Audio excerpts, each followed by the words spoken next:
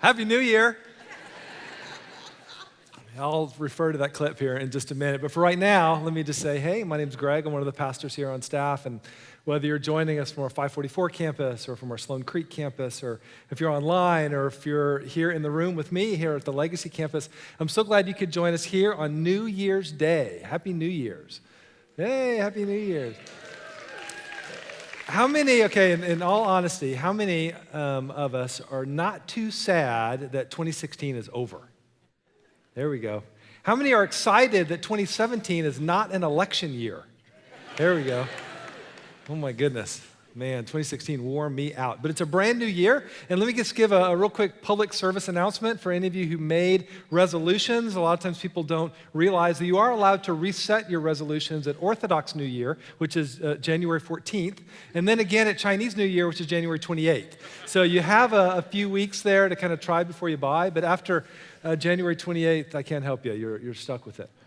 I am not much of a resolution maker. I have, like many of us, get discouraged that I have such a hard time keeping my resolutions. I've kind of made a commitment that next time I make a resolution, it needs to be something that I know I can keep, like eat more bacon, stuff like that. Or start procrastinating sooner. I can do that. Like I could keep that. But even though I don't make resolutions, at least I haven't in the last couple of years, I do appreciate this time of year.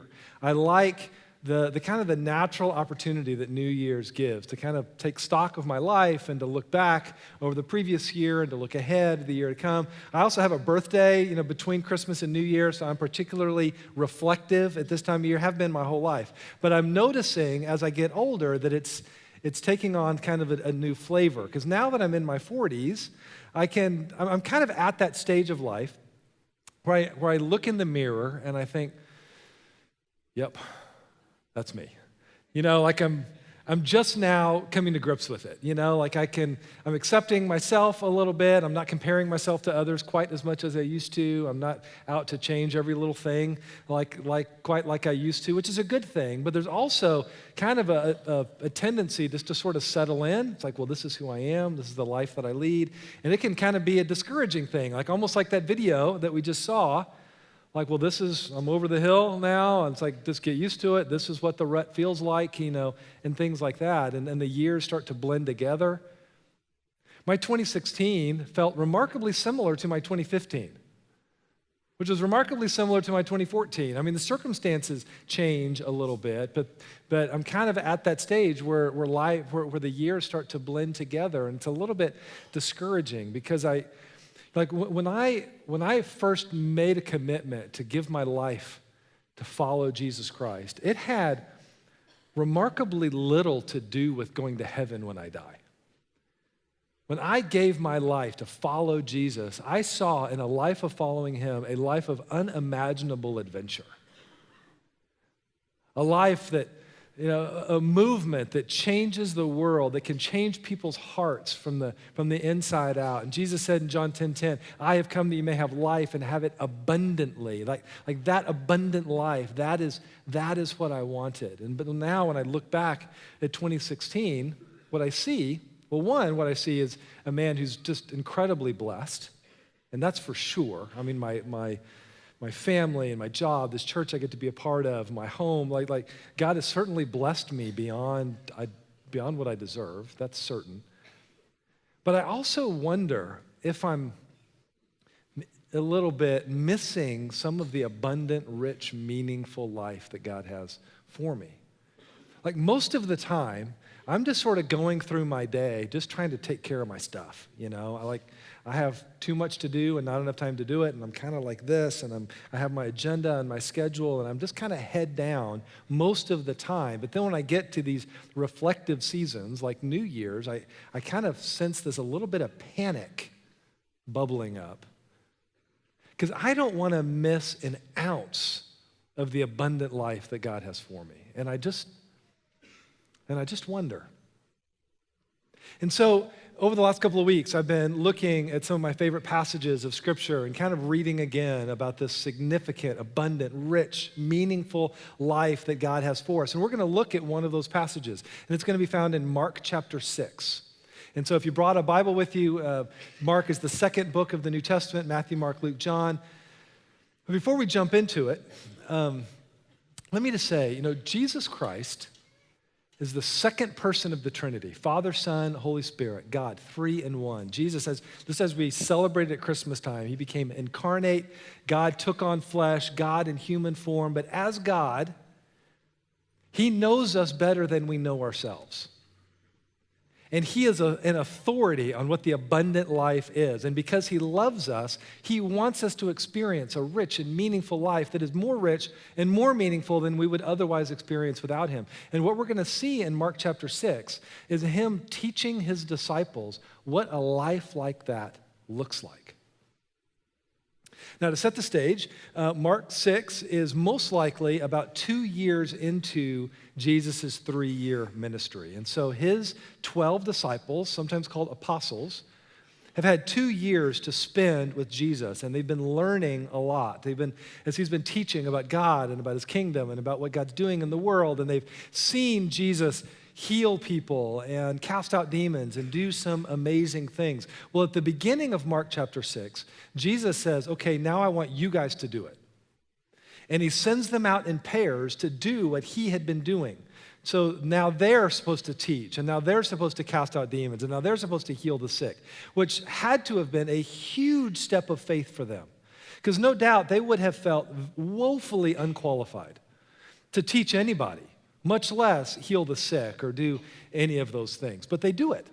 They step out in faith, and God empowers them and enables them to do these amazing things. And then we're going to pick up the story here in verse 30 of Mark 6. The apostles gathered around Jesus and reported to him all they had done and taught. So we're sort of jumping in here just as they are returning from their little mission trips. And they're excited. And they want to spend some time talking with Jesus and debriefing, and they want to spend some time with each other, kind of debriefing. But we're also going to see that they're also tired and they're hungry. I mean, this has been an exhausting thing that they've just gone through. Verse 31, then, because so many people were coming and going, they did not even have a chance to eat. He, meaning Jesus, said to them, come with me by yourselves to a quiet place and get some rest. So they went away by themselves on a boat to a solitary place. But many who saw them leaving recognized them and ran on foot from all the towns and got there ahead of them. When Jesus landed and saw such a large crowd, he had compassion on them because they were like sheep without a shepherd. So he began teaching them many things. By this time it was late in the day, so his disciples came to him. This is a remote place, they said, and it's already very late. Send the people away so they can go to the surrounding countryside and villages and buy themselves something to eat. But he answered, you give them something to eat. Okay, let's stop right there. You give them something to eat. Question. Does Jesus mean it? We're going to read as we continue on in the story, we're going to find out this is thousands of people that we're talking about. Does Jesus actually want and expect for his disciples to feed them? And I ask this not as just a rhetorical question. I mean, this is a serious question. Does Jesus mean it? Because our answer to that question will shape our assumptions and understanding about what following Jesus actually looks like. This is a powerful moment that the disciples find themselves in. Either Jesus is kidding and they're just being metaphorical or something like that, or Jesus is calling them into a life of the unknown. He's calling them into a life of greater risk, where greater faith is required, where he's calling them into a life that is scarier and much more supernatural than anything that they could have ever thought following Jesus was going to be like. And this is a powerful moment. Now they have a choice to make. And remember, this is coming at an inconvenient time for them. Remember, what they want is they just want to get away, and they want to spend time with each other. They want to spend time to rest. They want to spend time debriefing with Jesus a little bit. They want to get some food for themselves. And that's kind of their agenda, but their agenda has now been interrupted by Jesus prompting them and inviting them to do something that they simply cannot do. This is a powerful moment. If you could capture and fully live into one moment in your life, what moment would that be? Would it be a moment of regret that maybe we would go back and just do things differently? Or maybe a moment of celebration and victory? Or maybe a moment of courage and risk where we just, instead of turning aside, we jumped in and we engaged. And by doing that, it sort of changed the course of our life. And there was such a ripple effect and ramifications. It was a huge moment in our life. Or maybe it was just a conversation that we chose to engage in, or we had the boldness to pick up the phone and call. And that conversation sort of changed everything. You know, when we look back at our life, and the trajectory and the course of our life, oftentimes the most meaningful moments started off just as simple choices. Do I engage in this need or in this problem, or don't I? Do I have the courage to have this conversation, or don't I? Do I lie or do I tell the truth? Like those choices. And there's so much, like we have no idea what the ramifications are of the choices that we make. There's so much latent potential and power in those choices. God has created us with the power to choose. And I think that's one of the most meaningful examples or expressions of us being made in the image of God, that we have the power of choice. When God made humanity, he placed them in Genesis 2 and 3 in a garden of choices. There were endless right choices, and there was one wrong choice. There had to be a choice because they were made in the image of God. What it means to be human, or part of what it means to be human, is to be confronted again and again and again with choices. Do I engage in this conversation or don't I? Do I lie when I have the opportunity, or do I tell the truth? When I see injustice in the world, do I jump in and be part of the solution, or do I just assume someone else is going to take care of it? When I feel prompted to sort of do something or say something, do I do that, or do I stay fixed on my agenda for the day? Like those choices are each forks in the road in our life journey, and we have no idea what our life would have been had we taken another choice. Right? And sometimes those forks are just minor forks, like little bumps in the road, but sometimes they're major. Sometimes the choices that we make are mundane. Sometimes they're profound. And our life is never the same after that, as God sort of calls us into deeper water and into greater risk, and all of these things, and our life is never the same, but it's difficult to know in the moment which is which. We just know we have a choice to make. Well, the disciples, they're at a fork in the road right here. What are they going to choose to do? Are they going to obey the prompting of Jesus to do something that seems crazy, to do something that they can't do something that they don't feel like they have the resources to do? Or are they going to say, Jesus, you've got to be kidding. We can't do that. Which road are they going to take? Are they going to seize the moment, capture that moment, step into the unknown, or are they going to play it safe? Let's keep reading and find out. They said to him, that would take more than a half a year's wages. Are we to go and spend that much on bread and give it to them to eat? How many loaves do you have? He asked. Go and see. When they found out, they said 5 and 2 fish. Then Jesus directed them to have all the people sit down in groups on the green grass. So they sat down in groups of hundreds and 50s. Taking the 5 loaves and the 2 fish and looking up to heaven, he gave thanks and broke the loaves. Then he gave it to his disciples to distribute to the people. He also divided the 2 fish among them all, and they all ate and were satisfied. And the disciples picked up 12 basketfuls of broken pieces of bread and fish, and the number of men who had eaten was 5,000. 12 basketfuls of leftovers, one for each of the disciples. I think this miracle was just as much for them as it was for the thousands of people who ate. They were supposed to learn something from this. They had the amazing opportunity, the incredible opportunity, to witness with their own eyes Jesus doing something amazing, which is awesome. But they missed an opportunity to have God do something amazing through them. They missed it. The opportunity came, the choice came, but because they didn't feel like they had what it takes, because they didn't feel like they had the resources to do what they were prompted to do, they just didn't do it. They didn't act, and they missed it. And they had spent 2 years with Jesus. They knew that God was all-powerful, and they had also learned, of God's heart for people's physical needs, and they were able to recognize that, the people around us are hungry, and it would be consistent with God's heart to help meet that need. And with that understanding, and with that knowledge, and with that prompting, God had given them the ball to do something, to act. They went to Jesus, and Jesus said, "Don't give me the ball. You do something with it." And they said, "We don't want the ball." And so Jesus said, "Okay, give me the ball." They chose to sit on the bench, even though God was inviting them to take the winning shot. And I just wonder, as I look at my life, I just wonder how many opportunities I miss. When I'm kind of like this, but then God says, "Hey, here's an opportunity to make a difference in someone's life. Here's an opportunity to jump in." And maybe because I'm so zoned in, or I'm so zoned into my schedule, or so zoned into my phone, I don't even notice.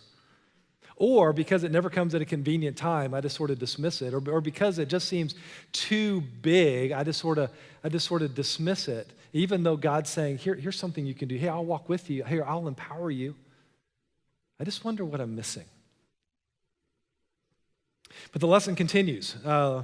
Verse 45, immediately Jesus made his disciples get into the boat and go on ahead of him to Bethsaida, while he dismissed the crowd. After leaving them, he went up on a mountainside to pray. Later that night, the boat was in the middle of the lake, and he was alone on land. He saw the disciples straining at the oars because the wind was against them. They're in a storm. Shortly before dawn, he went out to them walking on the lake. He was about to pass by them. By the way, we have no idea what that phrase means. When Mark says he was about to pass by them, like why was he about, is that, some have speculated maybe that's sort of like when God hid Moses in the cleft of the rock and then let his glory pass in front of him. Maybe it was something like that. Or maybe some have speculated Jesus was going to pass by them and lead them through the storm. We don't know. Mark doesn't explain. He was about to pass by them. But when they saw him walking on the lake, they thought he was a ghost. They cried out because they all saw him and were terrified. Immediately, he spoke to them and said, "Take courage, it is I. Don't be afraid." Then he climbed into the boat with them, and the wind died down. They were completely amazed, for they had not understood about the loaves. Their hearts were hardened. I want to talk about that last verse here in just a minute, but before I do, some of you who've studied this before, are familiar with the story, know that there's another incident that occurs while Jesus is out on the water that Mark doesn't tell us about here. And just as a reminder, the first 4 books of the New Testament, Matthew, Mark, Luke, John, are all different accounts of the same person's life. They're all accounts of Jesus' life, and they're named after their authors. And 2 of those authors, Matthew and John, were part of the 12. They were part of the original apostles. And so they were eyewitnesses to the things that they wrote about. Luke, however, was not one of the 12. He was kind of like a journalist in the early church, in the first generation church, who talked to a lot of the eyewitnesses and compiled this very thorough account. That's the Gospel of Luke. Mark was a companion of Peter in the formation of the early church. And so Peter would have been his primary source. And for reasons that Mark doesn't tell us, there is an incident involving Peter that he doesn't write about in this. But Matthew does tell us, and it's in Matthew chapter 14. And we don't have time to go there and look at it, so let me just sum up what happens. As Jesus is out on the lake, and they are terrified, and they think it's a ghost, and Jesus says, "Take courage, it's I, don't be afraid." Peter then speaks up and says, if it's you, Lord, tell me to come out to you out on the water, which is pretty bold. And Jesus says, "Come on out." And so Peter actually gets out of the boat and actually takes a step or two on the water. But then it says he took his eyes off Jesus and he noticed the wind and the waves, and he no doubt remembered that this is crazy. He's not supposed to be doing this. And he panics and he sinks, and Jesus has to rescue him. And even though he took a step or two on the water, Jesus rebukes him for his lack of faith. Jesus expected more of him. So the storm is raging, and Jesus helps Peter back in the boat, and then Jesus gets into the boat, and then just with his words or just with his presence, the storm just sort of dies down, and by now the disciples are freaking out. This has been quite the day for them. I mean, they see Jesus feeding 5,000 people, and then they're out all night on the lake in the storm, and they think they're going to die, and then Jesus walks on water, and then Peter walks on water, for crying out loud, and then Jesus calms the storm, and they are freaking out because they know this man, Jesus. They've been with him for 2 years, but he keeps surprising him with this mysterious power, and they're amazed at this life that they have been called to participate in. And when I look back at my 2016, one of the things that hits me, as I kind of alluded to just a minute ago, one of the things that hits me is just how ordinary it is. And I'm not complaining. I mean, I love, like I said, I love my life, I love my family, I love my job and my church. But in all honesty, there's not a lot of adventure going on. I tend to play it pretty safe. It's pretty tame, and it could be that I'm just missing a lot of what God is doing all around me, that I'm just kind of blind to it, which is no doubt the case, at least to some degree. Or it could be that I just need to learn to live with, just kind of settle in, like that movie clip from City Slickers. Well, I shouldn't expect much anymore. Like, this is the rut that I'm in, this is the life that I have, and I just need to settle into it. Or it could be that I'm missing something. It could be that we are missing something, even maybe to a small degree. Maybe because whenever there's a kind of a prompting to do something and engage and jump into God's heart for people and what he's doing in the world, it never comes at convenient times, so I just sort of dismiss it. Maybe that's what's going on. Or maybe when my heart is moved because of some area of injustice in the world, and I have half a mind to be part of the solution, I quickly sort of take stock of my own abilities and my own resources, and I come to the conclusion that I don't have much to offer, and so I talk myself out of it. Maybe that's what's going on. Or maybe in the moment, it just feels too scary to step into the unknown. I want to see miracles in my life, but I don't want to be in a place that actually requires one, right? Maybe that's what's going on. But whatever the case, what I'm noticing in my life as I come to church week after week and I sing about the amazing power of God, in all honesty, I think I'd be scared to death if he revealed that power in an unmistakable way. I'm finding in myself a contentment with tame Christianity. Pulitzer Prize-winning author Annie Dillard says it this way: "On the whole, I do not find Christians outside of the catacombs sufficiently sensible of the conditions. Does anyone have the foggiest idea what sort of power we so blithely invoke? Or, as I suspect, does no one believe a word of it? The churches are children playing on the floor with their chemistry sets, mixing up a batch of TNT to kill a Sunday morning. It is madness to wear ladies' straw hats and velvet hats to church. We should all be wearing crash helmets. Ushers should issue life preservers and signal flares. They should lash us to our pews. For the sleeping God may wake someday and take offense, or the waking God may draw us out to where we can never return." As I look ahead to 2017, there is a mystery of God, a wild and untamed power of God, an unimaginable adventure in following God that deep, deep down my soul longs for. But I also sense within me just a strong desire to play it safe, to not take risks. I want a plan. Give me the plan. Let me work the plan. And I'm really wondering if it's even possible to have all those things simultaneously. After Jesus gets back in the boat, the disciples are and the wind dies down. The disciples are terrified, and they're amazed, Mark says, because they hadn't understood about the loaves, and their hearts were hardened. In other translations, it says that because they had not learned the lesson of the loaves. What's the lesson of the loaves? Mark doesn't tell us. What is the thing that those disciples were supposed to learn that they were having trouble learning? It could be that God is all-powerful, that's the lesson, which is certainly true, but it's not unique to that miracle. Rather, I think the lesson of the loaves is that God calls us into a larger, more supernatural life by asking us to do what we cannot do with things we do not have. That one of the key components to living into the abundant life, the significant, meaningful, rich life that God has for us, is our willingness to jump in and follow his heart and obey him and what he's doing in the world and follow his heart for people, to jump in and do it whether or not we feel equipped to do so.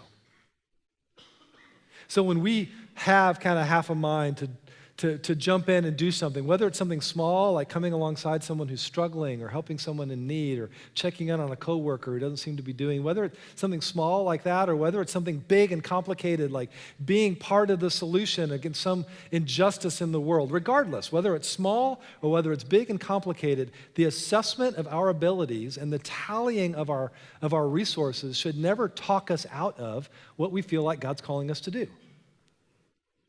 But I feel like so many of us, like me, we just talk ourselves out of it. And I just wonder what we're missing when we do that. Jesus is an authority on the abundant life. And he loves us and he wants us to experience it. And I feel like here in Mark 6, we're getting a little bit of a glimpse. He's teaching us what it means to step in and do this. And if I were to boil it down into, some understandable nuggets, some steps that we could take, as best as I could understand it, it would be this. Step one would be to learn. We can't divorce the fact that this is happening 2 years into Jesus' ministry. These guys had lots of opportunity to learn about God and to learn about what God's doing in the world. And eventually, Jesus wanted them to put that into practice, but the first step was to learn. They had lots to learn. We have lots to learn. And so what we do here at Chase Oaks, what we do here on the weekends, through our weekend experiences and the conversations we have in our life groups and the conversations we have in our short-term groups, those are all important parts of the process. We have a lot to learn about God and about his word, about what he's doing in the world. And I have to say, I am super excited about the season that we're in here at Chase Oaks. Next week, we're going to launch a brand new series called Custom Made. And in that series, we're going to look at how God has uniquely shaped each one of us through our experiences and through our talents. And we're going to be, taking temperament tests and personality tests. And we're going to have great conversations with our life group. And we're going to talk about things like God's will and all of that kind of stuff. And I think that if we can stick with it through this series, I think we're going to come out on the other side with a much better idea, a much better understanding of what God's been doing in our life. And some of us are going to have more clarity as to how to move forward in the future. It's going to be significant.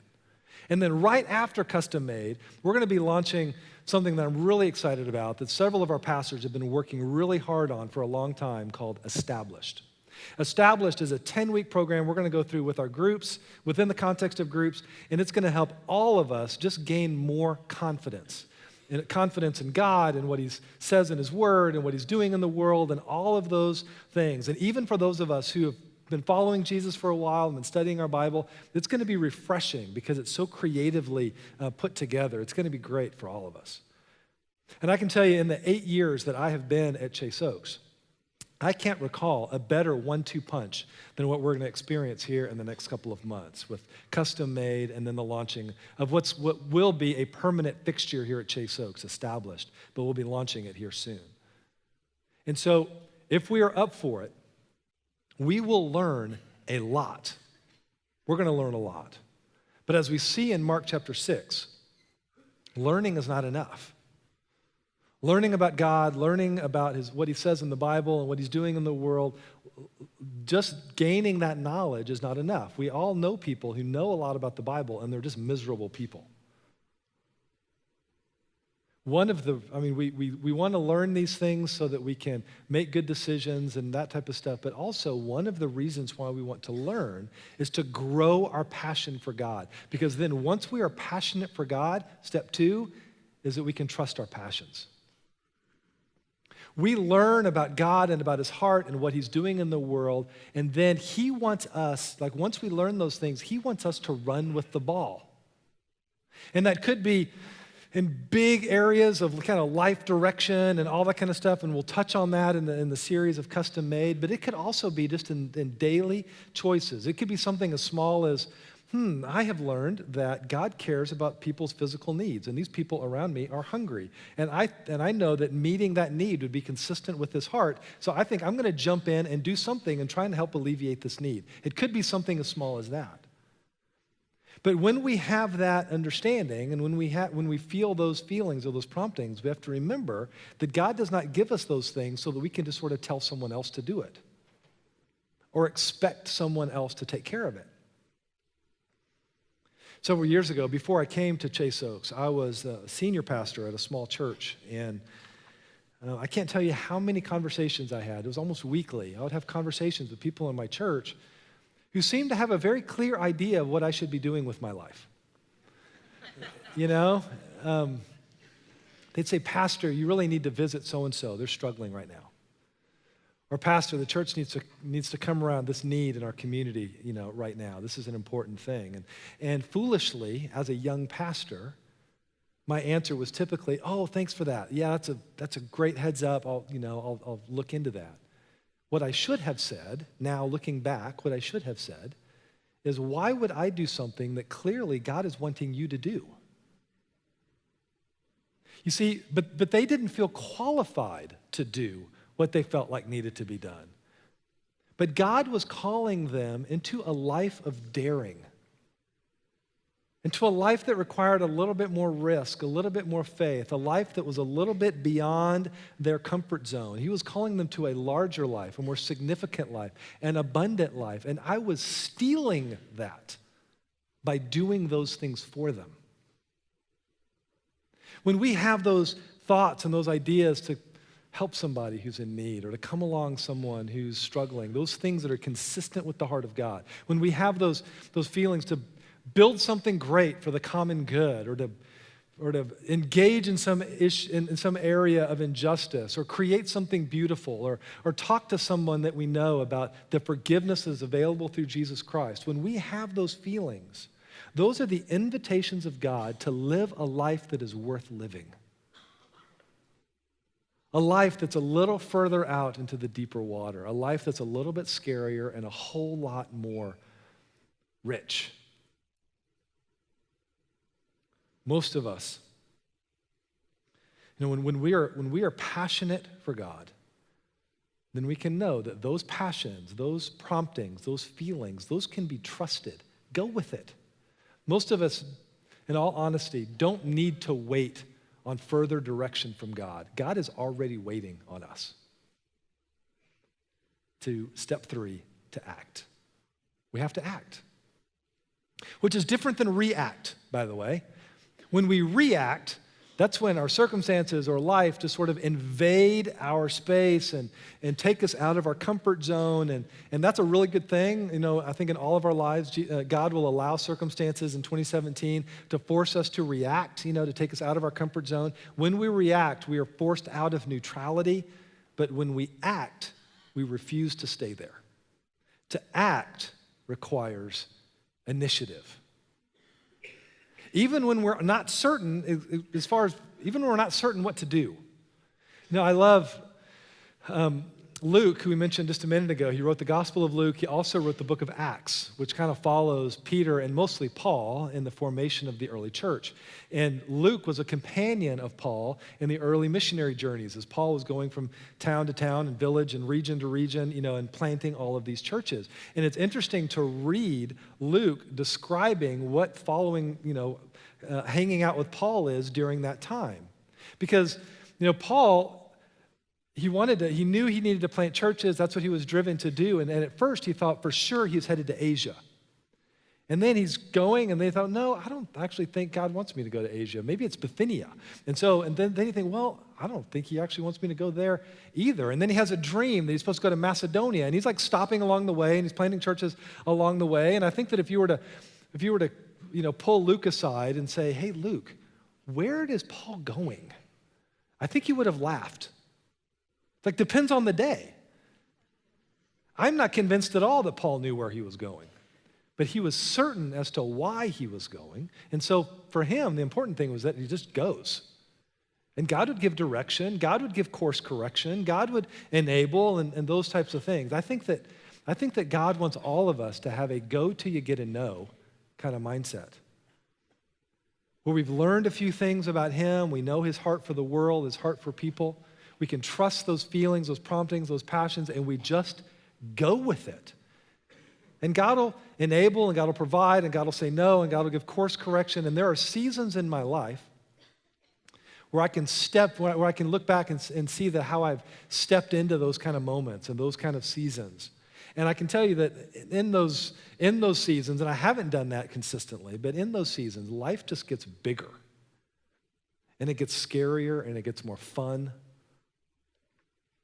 Earlier I asked if we could capture one moment, one momentous, miraculous moment of our life and fully live into it. What moment would that be? I am convinced that for all of us, that moment hasn't happened yet. That's what 2017 has in store. And most likely it's going to come, at least on the front end, disguised as a simple choice. Do I engage in the mission of God and the heart of God for people, or do I stay on the sidelines? Do I jump into community, or do I stay in anonymity? Do I jump into service toward others, or do I pick a path of comfort for myself? Do I jump into generosity, or do I pick, financial cushion? Am I married? Am I so married to my schedule and my agenda for the day? Or do I take this path of this opportunity that has fallen right in my lap, that is inconvenient and is at a very, very bad time, but it is an opportunity to engage in the mission of God, and it is right in front of me. Do I choose that path, or do I choose this one? I think that the most significant moments of our life are hidden like needles in the haystacks of all of those types of daily choices. And we just have no idea what God's going to do when we allow ourselves to be called out into deeper water, into areas of a little bit more risk that require a little bit more faith. We have no idea what the ramifications of that are going to be, what the next choice is going to be, the next thing he's going to call us to. As we, if we truly believed, that somewhere in front of us was a moment that would change our lives, a moment that is so rich with life that we would tell stories about it years in the future, a moment where God would meet us in such a way that our lives would never be the same. If we were convinced that that moment is awaiting us in 2017, how would we approach each day?